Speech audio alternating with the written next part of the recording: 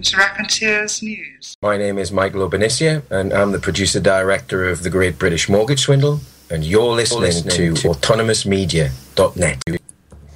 Good evening, and welcome to Raconteurs News. This is a bit special, a Sunday evening. We're not normally going out on a Sunday evening, but we've got something pretty special to bring you. And we thought we'd better do a special show because we're pretty well booked up. We are having difficulties with Skype at the minute, but I'm hoping it will clear up as the show goes on. So without further ado, I'll bring in tonight's guest, and that is someone who we've heard a lot from before on Raconteurs News and previously on Enemy Within. That's Kaz. Good evening, Kaz. Good evening. Hiya, folks. Hope you're all doing okay. Mm-hmm. Right. It's been a busy week this week. I started off down in London at the seminar for the inquiry.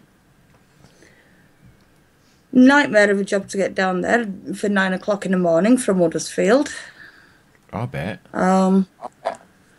But got down there. They expected us. I mean, there was maybe 7 core participants invited to the seminar, and room full of solicitors and then the panel. They expected us to sit down at the back with all the solicitors with their backs to us and just sit there and listen and not contribute in this open discussion, as it had been put. I think they invited the wrong person, perhaps, when inviting you then, didn't they? Oh, cheers, mate, yeah. Tar for that. Well, you're not one to sit quietly at the back and say no, are you? Well, I was about to say, between me and Nigel O'Mara, who isn't known for being quiet, no, we did manage to put them straight on that one. We had a little bit of a discussion with them as to why we deserved to be included. As I put to them, I hadn't dyed my hair to sit down, shut up and get back in my corner. Yeah. I wasn't a Christmas ornament. I wasn't a window dressing.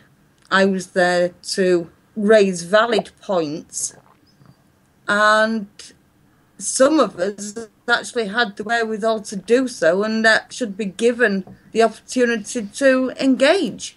Mm-hmm. Yeah.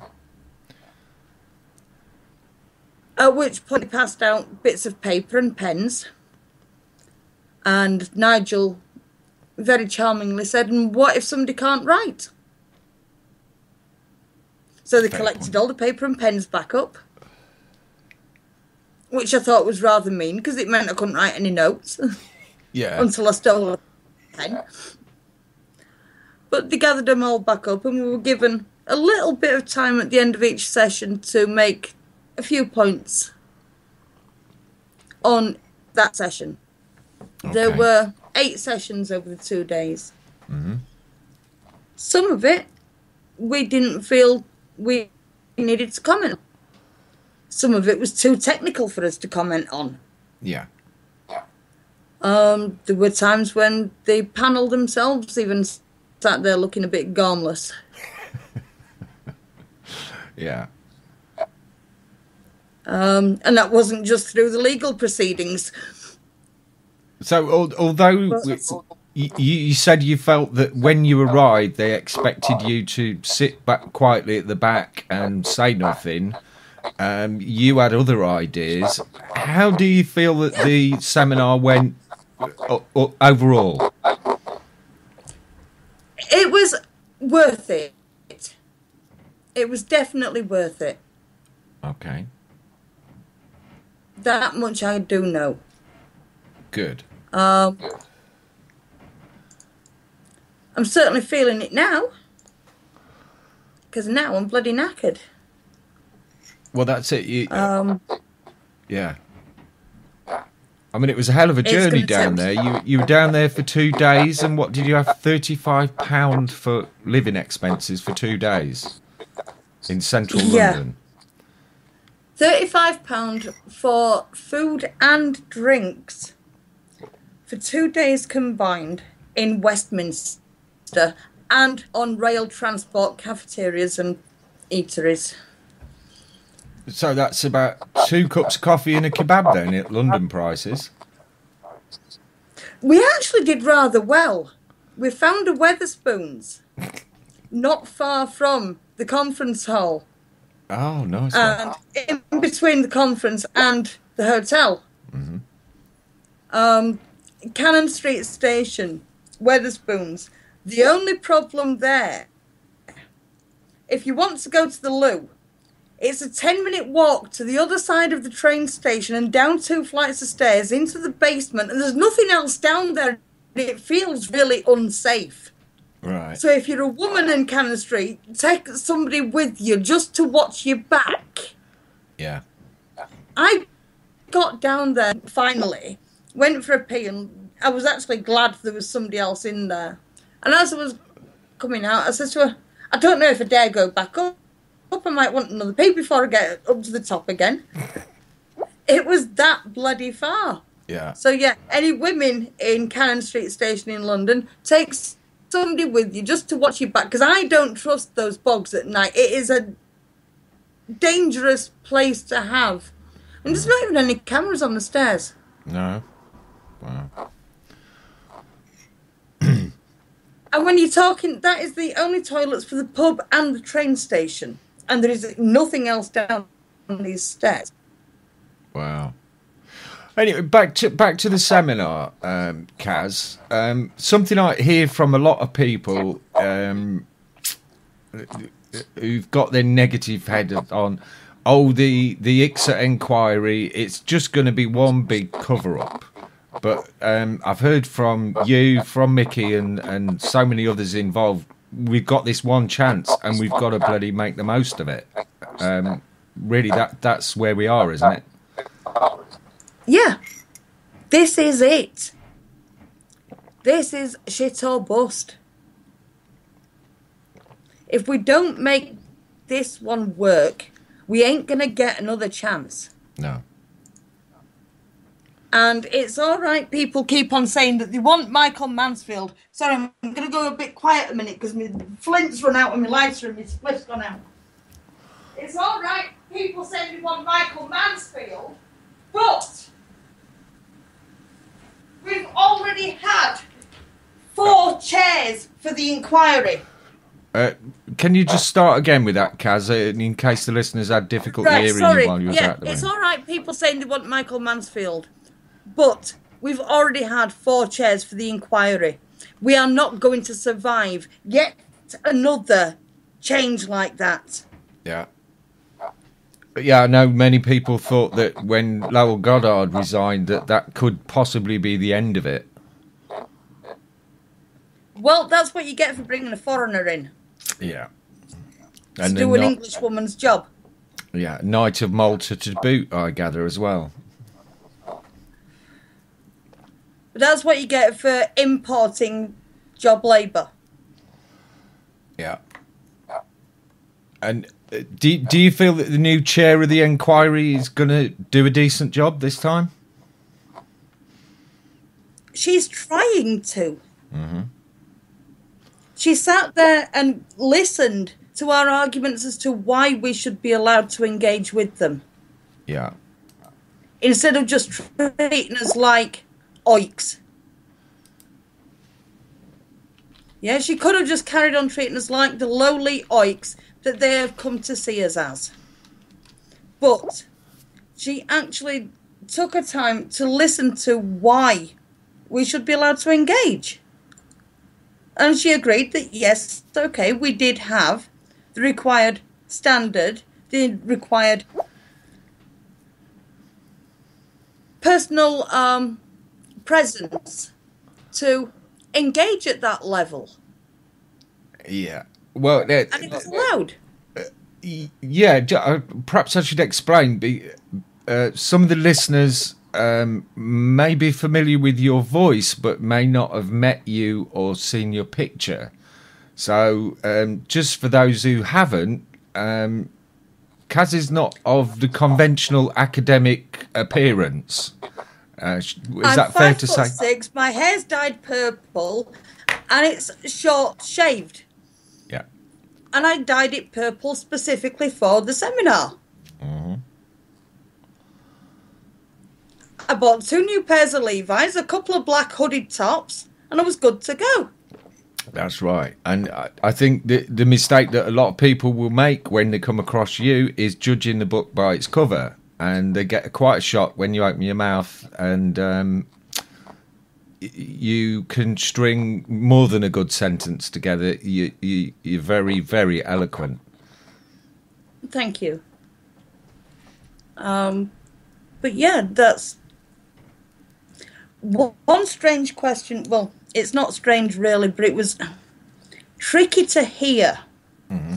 How do you quantify the monetary value of child sexual abuse on the loss of earnings over somebody's lifetime? Wow, that's a pretty big question to answer, that. I answered it. Mm-hmm. I answered it the only way I could. Me and another lass who were in one of the children's homes, both in grammar school, one abused in care by her carers, one not. One sat at the seminar, and one a fully qualified accountant having been to university. Mm-hmm. And that was the only way I could sum that one up for them. Yeah. I mean, Difference between me and another lass that had been in the same kids' home. We'd both been at grammar school. She'd been to university. She'd even walked past me in the street when I was selling Big Issue one day on her way to university. Wow. And by the time she realised it was me, I'd gone. Yeah, faded into the crowd. Mm. Yep. So to me, that was how best to sum that one up. Mm. I mean, I realise that is an issue that obviously needs to be tackled, but from the reports I've heard from most of those involved with the inquiries, the money is not an issue at all. Justice is the issue. I want an apology. Mm-hmm. I want an apology from the council that held my care order. I want them to admit they got it wrong when they agreed to put me in Skircutt Lodge and then agreed to put me in Bryn Allen. Mm-hmm. I have recently discovered that the head of the home I was in Halifax, before I went to North Wales, had absolutely no idea the orders to transfer me were even going through, never mind had gone through. He didn't find out about my transfer until he got to work on the Tuesday morning. Right. I went on the Monday night unconscious at 11 o'clock. Now, I was taken unconscious at 11 by my social worker and the senior social worker of the office where she worked out of. Mm-hmm. Unconscious through alcohol at 15. I woke up the next day in a completely strange bed, strange room, strange building, in a foreign country, because that's what Wales is. It's a foreign country. And back then, all the street signs were written in Welsh. Mm-hmm. Looked out the window and I was surrounded by fields. I looked around the different people there and I did not know a single name or face at 15. I did not know how long I had been there, how I had gotten there, or the way out. That must have been pretty terrifying. And I had the hangover from hell. Yeah. That was the last hangover I got properly. Right. I mean, I know from past experience of being quite a drinker, waking up and not knowing where the hell you are is quite disorientating. But when you wake up and it all comes back to you and you remember, it's not so bad. But in your situation, that must have been quite a mystery. I mean, how long did it take you to find out where you was and what the hell was going on? Most of the week. Really? Because the staff were reluctant to tell me. That seems very strange. They'd been told that once they told me where I was, that I knew my way out of Wales and back to England. My family originally came from Wales, parts of. And we often used to visit Wales, so I knew how to get in and out of Wales carefully. I see. Yeah, so basically they kept you in the dark because they knew damn well as soon as you found out where you was, you'd be gone. Yeah, and the first time they drove me up to Brynallen Hall, which is where the school was, they had to take me past the train station. And within 24 hours of that happening, I was gone. Right. And back in the pub in Halifax within 3 hours. Quite a strong homing instinct there, then. Yeah. I had quite a homing instinct, shall we say.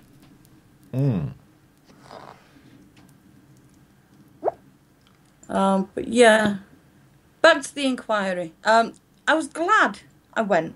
Mm-hmm.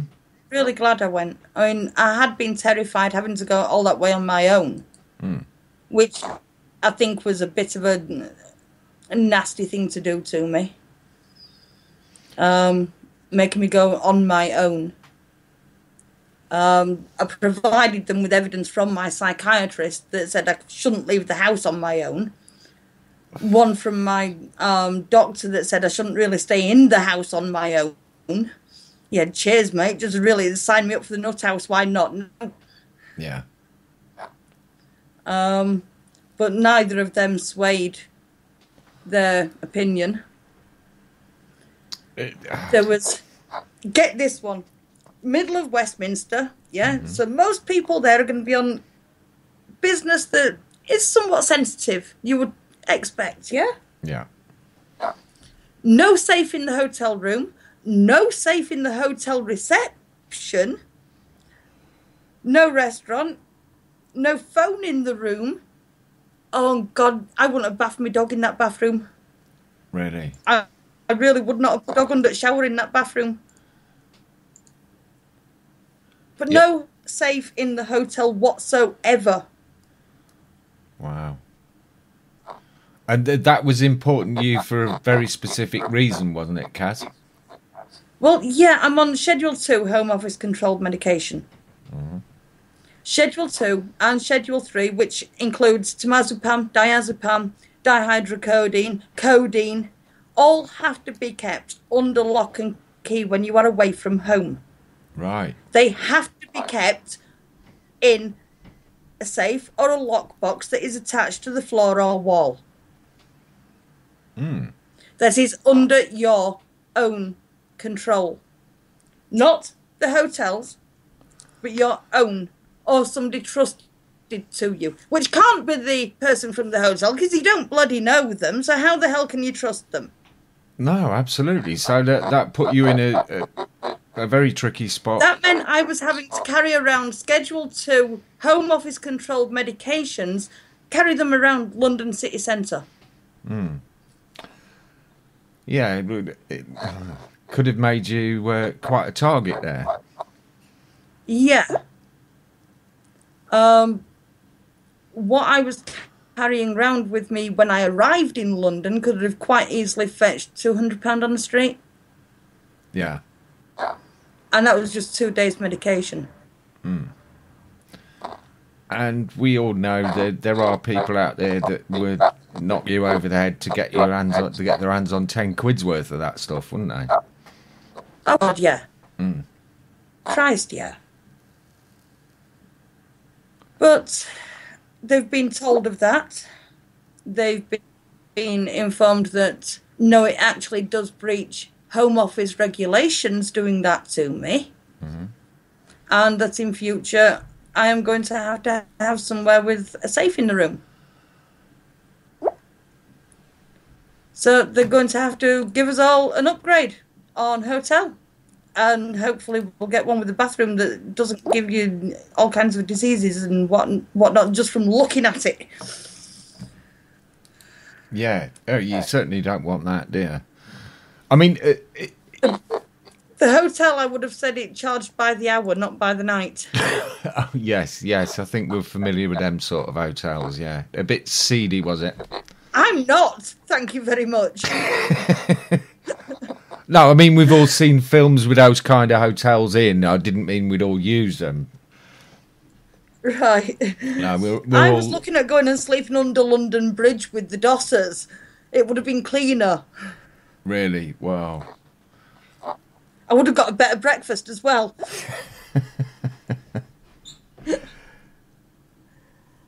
A few things came up. I managed to get Calderdale mentioned. They were speaking about the attitude of solicitors and insurance companies when survivors come forward after so long between the abuse and claim. Yeah. And I made a point of, well, more often than not, the initial complaint has been straight away. It's just nobody actually listens when that child is saying, this person is trying to hurt me, or this person is hurting me. Yes. And that the original complaint is then destroyed and swept under the carpet. Yeah, I know that sort of experience is all too common. Somebody I've been talking to this week, you know, the police are all over him like a rash, wanting him to make a statement. Opening a new case, it was something that was reported over 15 years ago. And they phoned him up at that time and said, oh, we'll send somebody up to interview you. And then for 15 years, nobody's bothered. Yeah. It's common, unfortunately, and they just don't give a damn. Yeah. But it needs to change. It really does need to change. Yeah, we need big changes on this, don't we? I mean, how do you feel all this business with Pizzagate that's all over the internet? Do you think that's helped your cause at all, or is perhaps a big distraction? You broke up a lot there. Was that about the football? No, sorry. Well, the football and the Pizzagate thing. I mean, do you think that's... Oh, Pizzagate, I've not even looked at it, mate. When they start giving stuff stupid names... Yeah, and trying to make a media circus out of it, I don't want to know. Yeah. Leave that to the clowns. Yeah. Fair comment. It's not something I've really got stuck into. I've had a look at it because it's everywhere. And to be honest, I'm thinking, what do they not want us to look at? Well, now you see, over the 2 days of the seminar, there were quite a number of journalists that were present over the 2 days. Mm-hmm. I saw one news report about the seminar. One. And I can count maybe 8 or 10 journalists that went through there over the 2 days. Not really a productive output from those 8 or 10 journalists, is it? One article between the lot of them. And that was purely focused on one specific segment of the seminar, so 1 out of the 8. Right. And as a matter of interest, which particular segment did they focus on? It was one of the ones from the Tuesday. It was about the limitations. Mm-hmm. And the legal aid or lack of being a barrier to people coming forward and claiming. But it's not all about claims, and that's what they don't get. No. I tried saying to them, what I want is my local authority that held my care order to accept that they got it wrong. Yeah. And to acknowledge that. And I'll go away. And I'll go away. Mm-hmm. I'll leave them alone if they just come out with that. Yeah. For them to admit they made those mistakes, they caused the damage to your life, and yeah. Yeah. I don't see. I bet they fucked up and I'll go away. Yeah. I can't say fairer than that, really. No. But, you know, other people have other ideas. You know, they want all these big payouts. They want all these greater scheme of things kind of result from it. And all I actually want is them to say, yeah, we were wrong. Yeah. And I think that's what an awful lot of other survivors are really hanging on for. Like I say, money's not an issue for them. Money can't undo the damage that's been done to you, can it? Well, not at the levels they pay, no. No.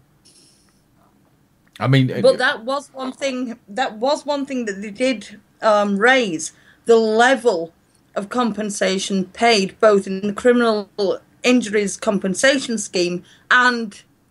through the courts. Okay.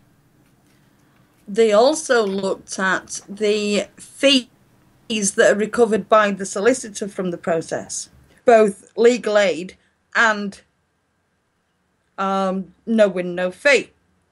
Now, they were on about placing a cap on the fees that are actually recoverable, which would be a huge help. Because so far, the fees that they start claiming back are astronomical. And it can take up to half of your claim. Wow. Especially if you've got a charlatan like David Greenwood. That's a name that has been familiar to me from my contact with other survivors. What was your experience? Charlatan, a con man, he should not be allowed to practice law and he should be locked up himself. I know there has been the indirect cause of at least 2 suicides. Wow. And several screwed up cases. Uh-huh. And he sat there on Wednesday and he blatantly lied to the panel. He told them that he thinks through his books there's been maybe at most 2 fraudulent claims that he has ever had in front of him. I know of 5 that have been paid out. Whoa. Well, The Daily Mail reported about 5 that have been paid out. Fraudulent claims. Really? Under David Greenwood. Okay, just in the interest of balance there, Kaz, we don't like to ever give anyone a slating without giving them a right to reply. So, No. David Greenwood, if you're listening, be happy to have you on Raconteurs News as a right to reply, and be quite happy for you to debate this subject with Kaz. We're quite happy to give you that forum. I'll quite happily debate it. Yes, I thought... I will more than happily debate it with him. Yeah, that Same as I will debate why he sat there in that seminar on Wednesday, and when I was introduced, he had not a single flicker of recognition on his face, even though I'm supposed to have been his client for the last 3 years, and he sat in this room with me. Now, I didn't think I was that forgettable. I thought I was quite memorable.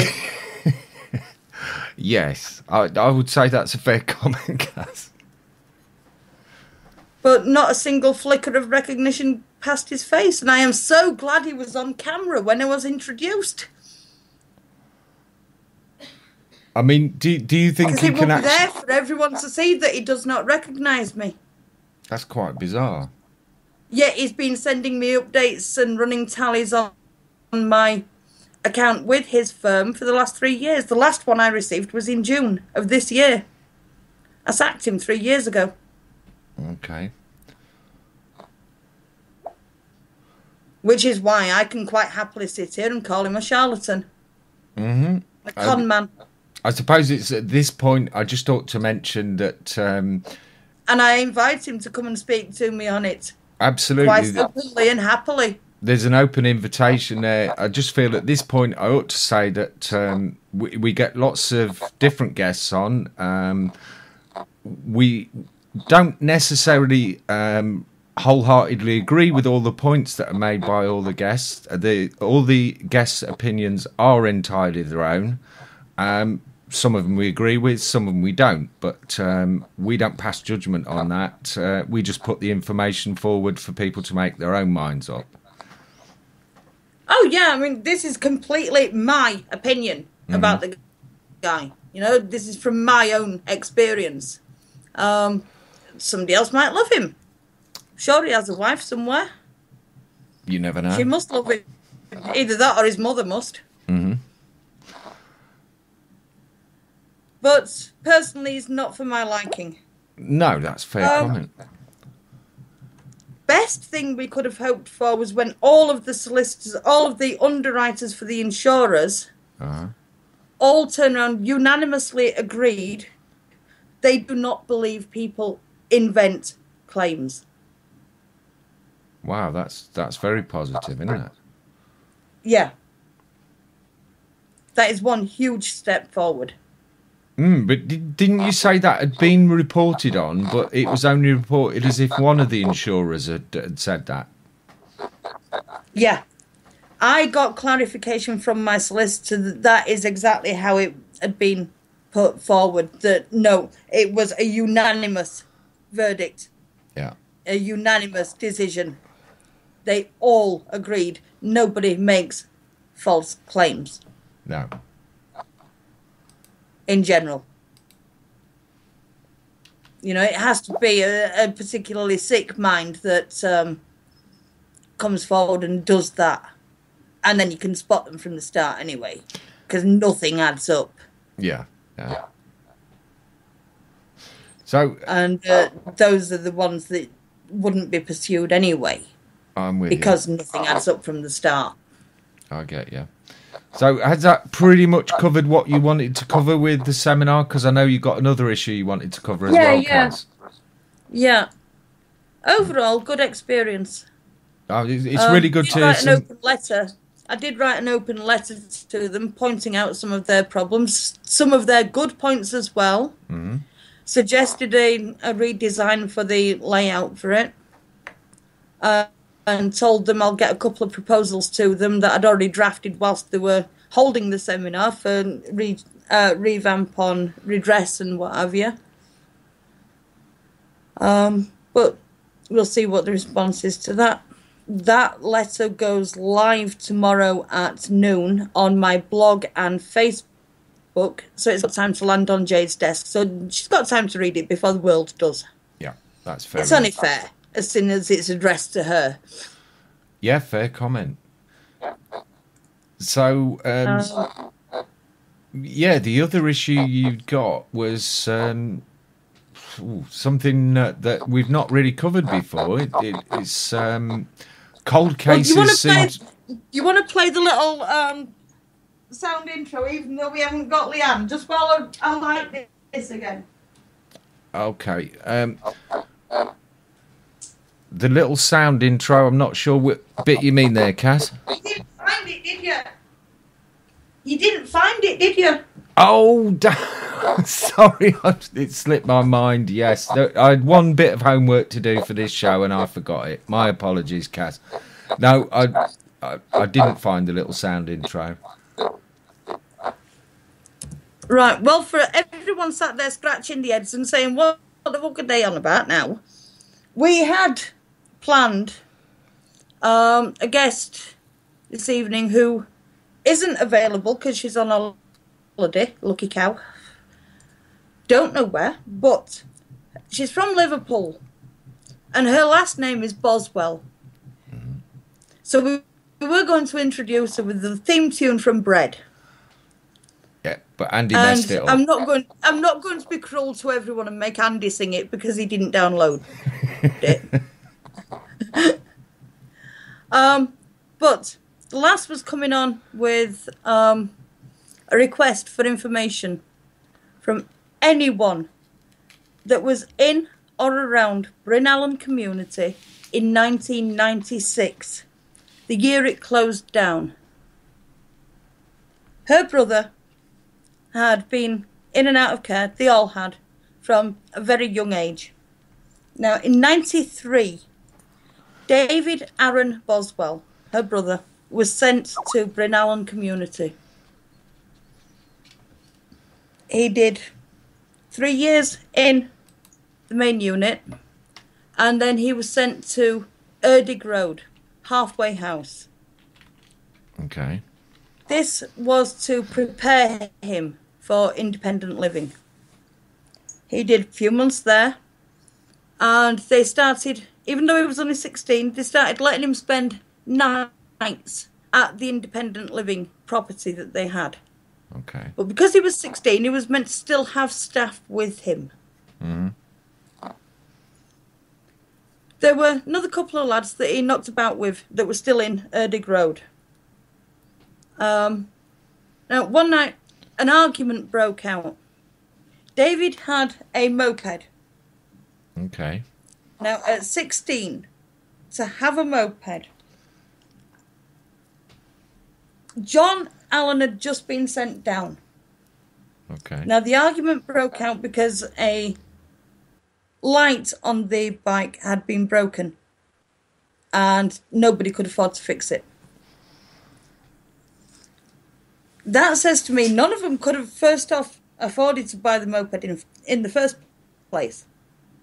And if money had suddenly dried up to fix it, the only place that money could have been coming from is John. Okay. But that's just pure speculation on my part.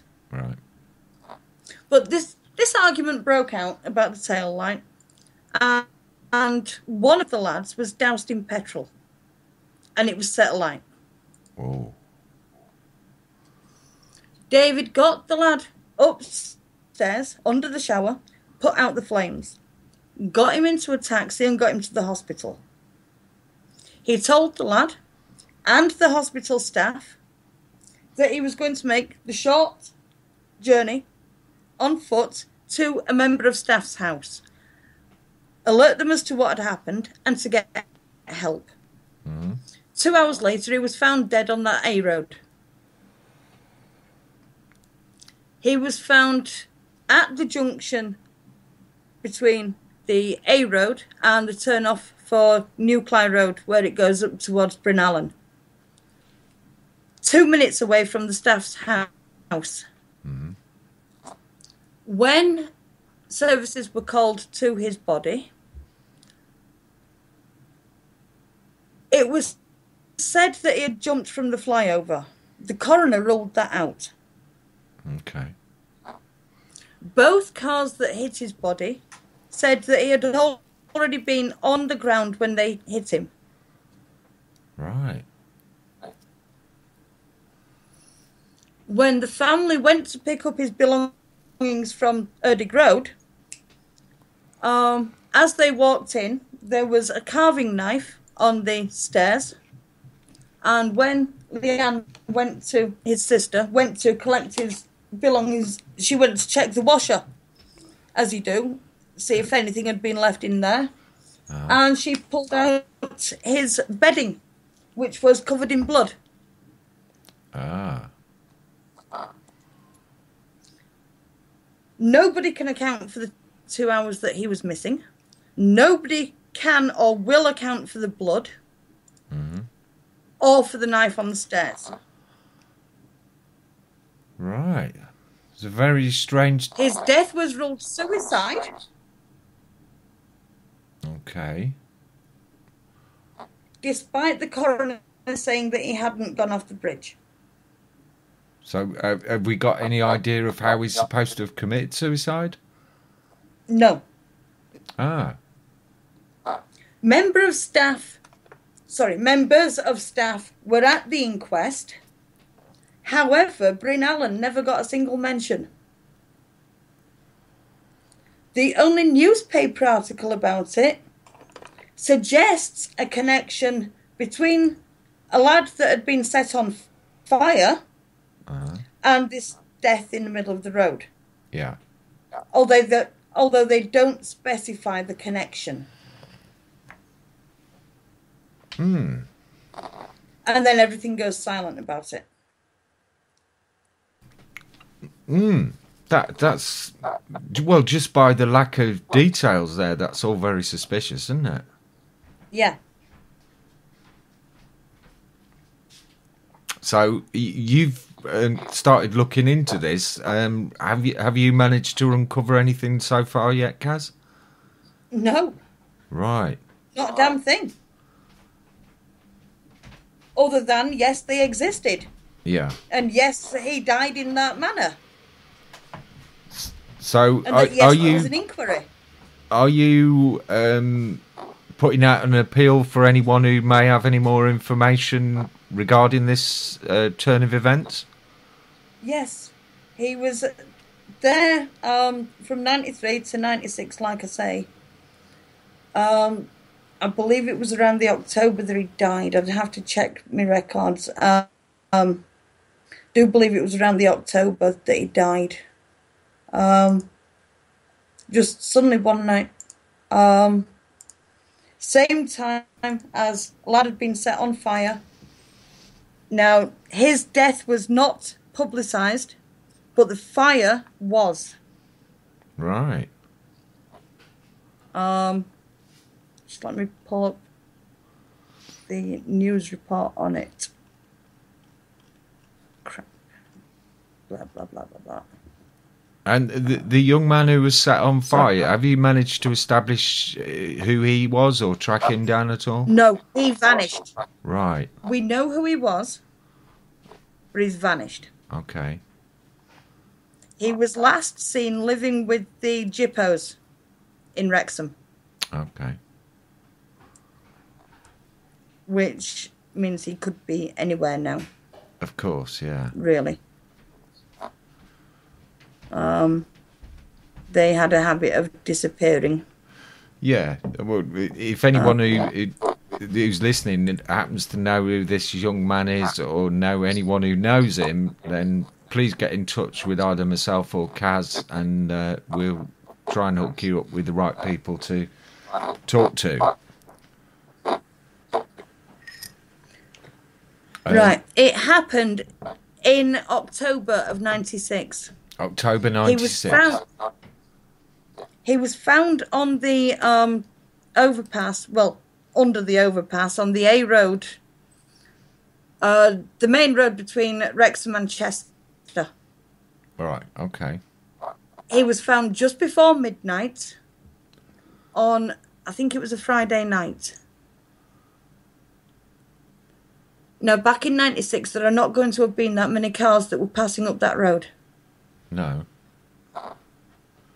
One of the ambulance men in attendance was said to have been keeping his own notes on the incident, but he then vanished and so did the notes. Ah. All very convenient. Yeah. Now, when the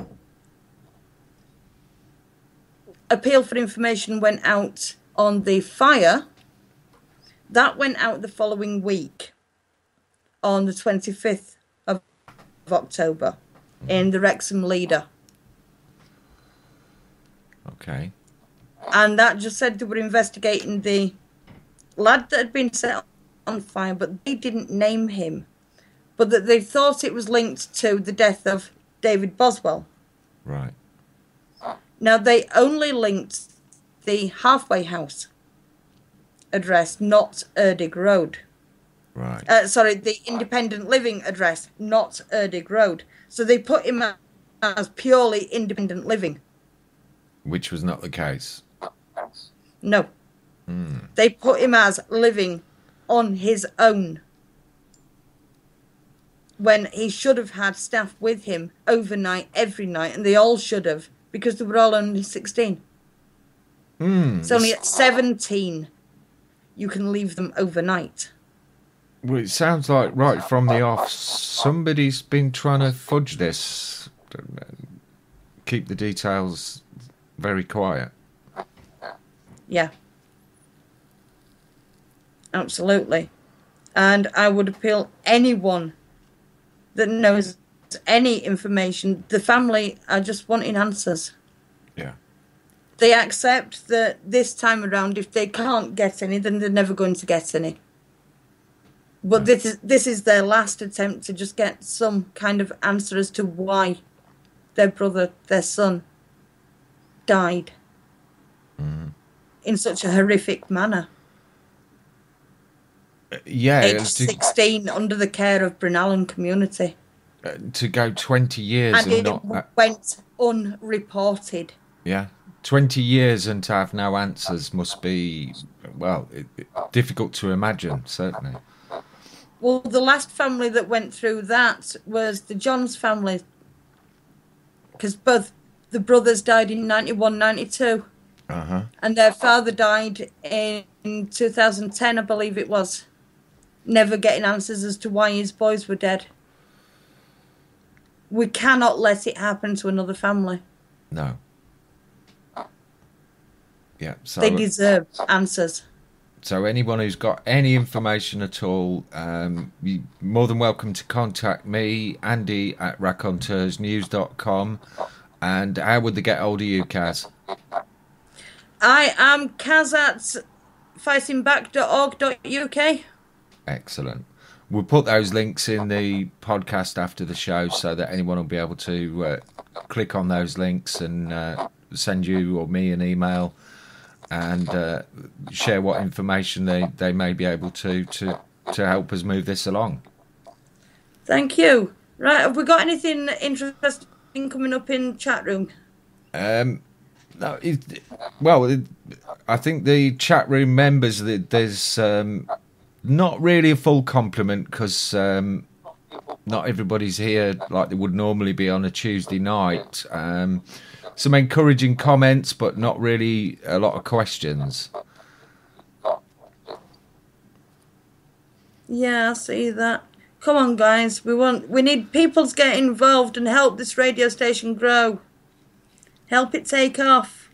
Well, we get Andy provides a fantastic service. We're getting some really good support from all over the world.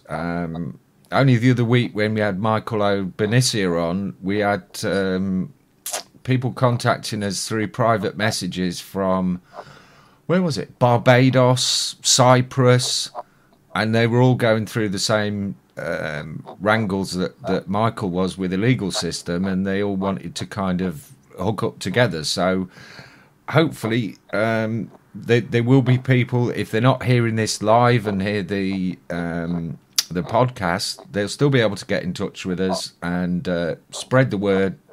Let everyone you know who may have any sort of a connection to this, even if you think it's a wild chance, just let them hear this and see if there's anything they can add to it.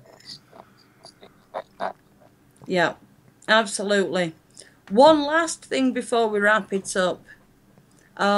Show listeners are familiar with the name Tom Dobby. Yeah. Campaigner from Chester West and Chester.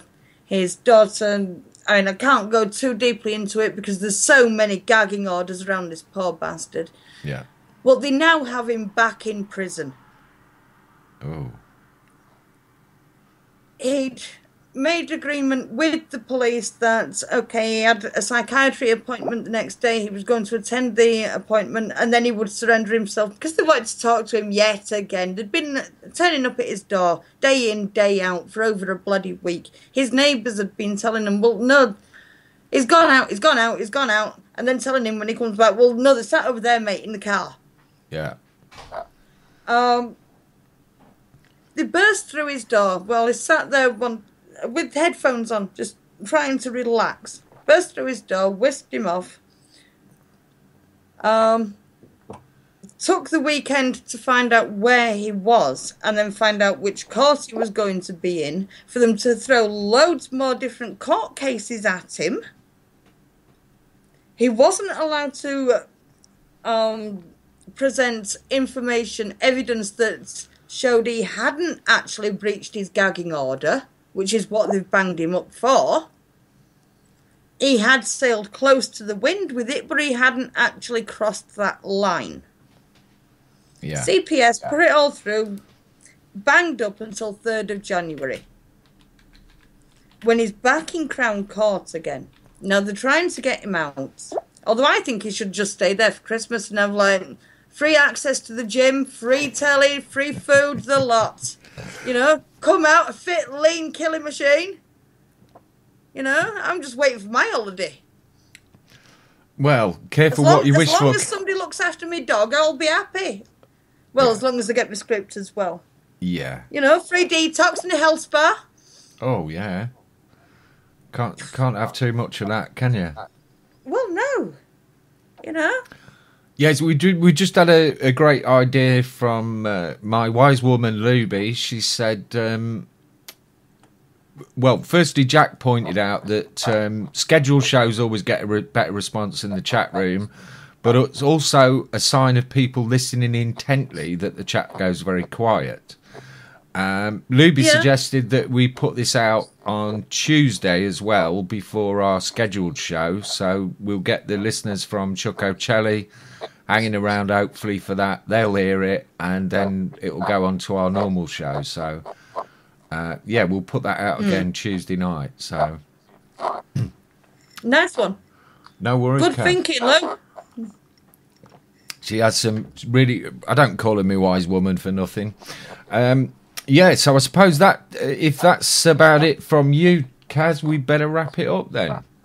Yeah, it is. Thank you very much for having me on. Okay, well, we'll be restreaming this show again Tuesday evening in the hope that we'll get a bigger response.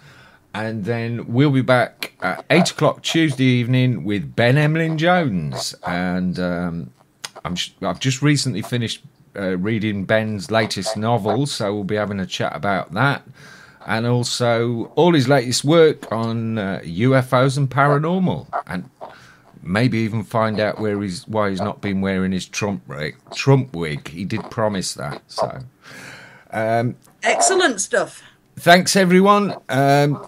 We'll be back Tuesday night. In the meantime, I don't think there's a Mark Windows show tonight, but Unique Lee will be along tomorrow night at 8 p.m. with The Dark Side of the Room. So that's always a good listen, and you get some unusual viewpoints from Lee. I know he's got a regular listener base, and I'm sure you'll be all looking forward to that. And I wish you a jolly rest of your Sunday. So thanks, Kaz. Thank you, guys. Always a pleasure catching up with you. Seek the truth in the eyes of our children. Nothing can hide their despair. There is no way for us to regain their innocence. We can search, but we know it's not there. But when you play your games, you must understand there is a price so high. The tithe is in your hands. You say you won, but I say you're wrong. The loss of a child is no victory for